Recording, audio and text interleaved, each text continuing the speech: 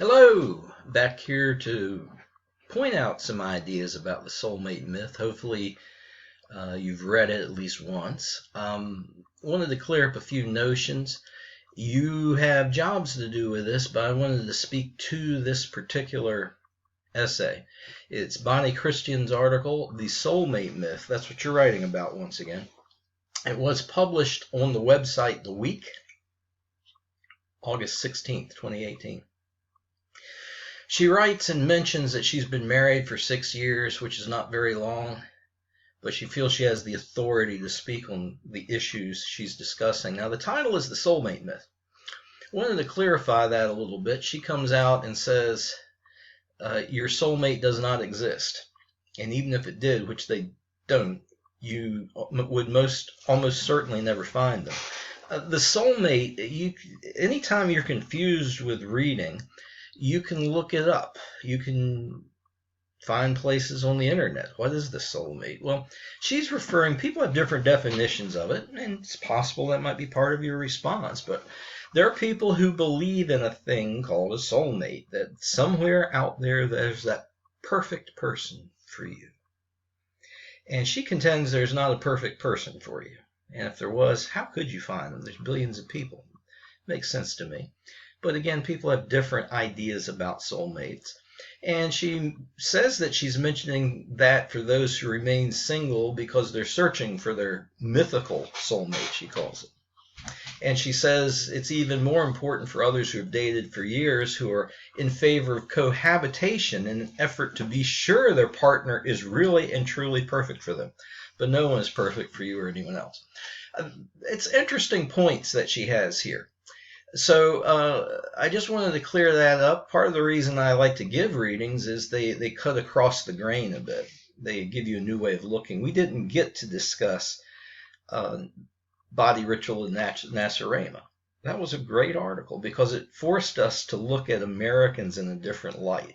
I hope you read it just for kicks. So the schedule sort of caused me to jettison that. I didn't want to get into it, and I knew it wouldn't directly impact any of the assignments or grades. I just thought it was a great piece. I think this is a good piece because it does raise some issues that I'm not sure you're aware of. She goes forth and says that this is why living together before marriage is not necessary for any practical reasons. There are other reasons to avoid it too, from religion and social science alike, but that's another column. It might be hard for you to understand this in 21st century America, but the idea of people living together, having a cohabitating and having an ongoing romantic and sexual relationship, culturally, societies, not just talking America, but most societies, that hasn't really happened much.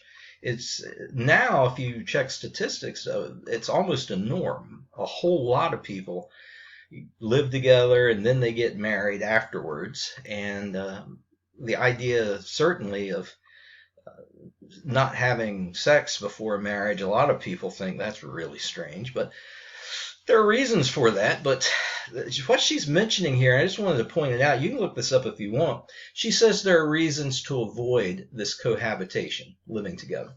From religion, no major religion endorses the idea of people living together in a romantic sexual relationship apart from marriage. Seriously, you can look at that. That's what she's mentioning. And then social science, actually, the research on it seems to indicate even though people like to think they're living together and it will help them have a better relationship and a better marriage, the data doesn't support that. That's what she's getting at. There's been a lot of research that shows people who cohabitate and then later get married tend to divorce more readily than people who do not live together, get married, and then live together. That's what she's getting at. She does say that there's marriage, living together before marriage is not necessary for any practical reason. It depends on how you define practical. I mean, it's expensive to live in places, and sometimes having more people makes it a little easier to afford things. So I'm not sure I'd agree with that totally, although I didn't live with my wife before we got married, just for the record. But she says some things there. There's a lot to play with. That's part of the reason I think it's a good one to do, because She presents ideas. She's almost snarky at times.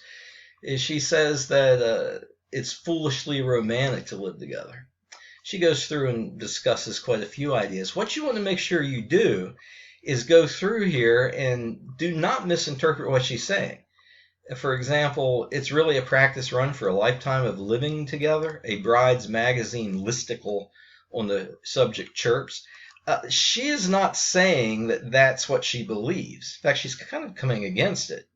She's degrading it. The bride's magazine listicle, that's a list article, whatever, chirps. She's mocking. It's like it's a little chirping bird. Doesn't really say anything. If you're a neat freak and your partner isn't quite so bothered by things piling up here or there or living dishes in the sink for a few days, sharing living quarters will help you figure out how to make it work and whether the two of you can handle it.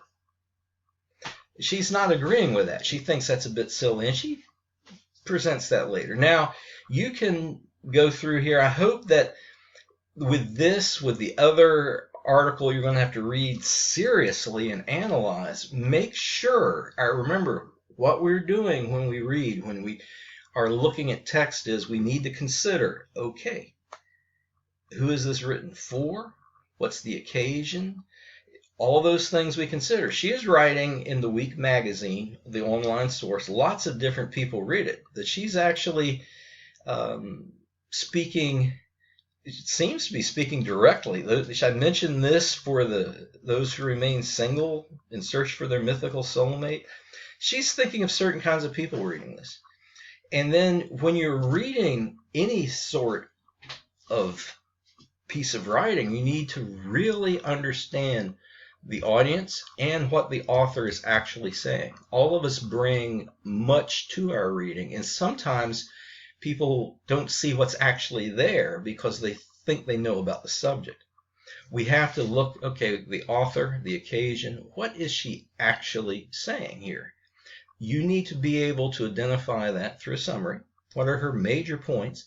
You present some of those, probably not major points, they could be minor points, either way, but you present what she is presenting accurately, and you're free to disagree with much of this. That's totally fine. I will not judge that, and I haven't in the past. For the record, you haven't had as long a track record with me. There have been many times I've given very good grades to people I disagreed with.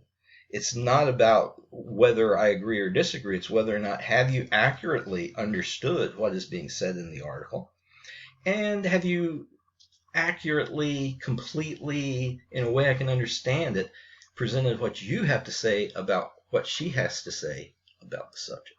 That's the goal. So if you go through here, there's a lot of things to be looking at, a lot of ideas.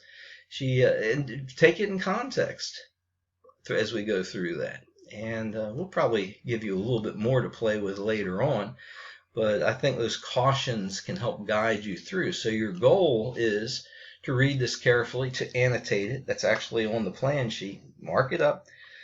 Of course, if you just want to leave it on the screen, you can do that too. You can text mark on the screen as well. Some of you know how to do that. Text marking is good. But you want to look at it carefully, do the plan sheet, and I would do a draft before the next class session. You'll talk about it some more. Again, you want to have it all finished up by the second class section in this week, because you're going to be turning it in the first class session of the following week. And the schedule is all there for you. Everything we're doing from here on out is laid out plainly for you. So feel free to look at that. Again, the videos, they'll all be up at some point. I'm staying ahead of where you are. Feel free to work ahead a little bit if you're bored crazy. By the way, just use this time to read good things. Read the book. There are other good things to read. Don't just play video games all the time. Not that there's anything wrong with that. Just take this occasion to read. Reading is good. Enough of that. I hope that was helpful. We'll catch you next time. Stay well, stay healthy, stay out of trouble. Bye.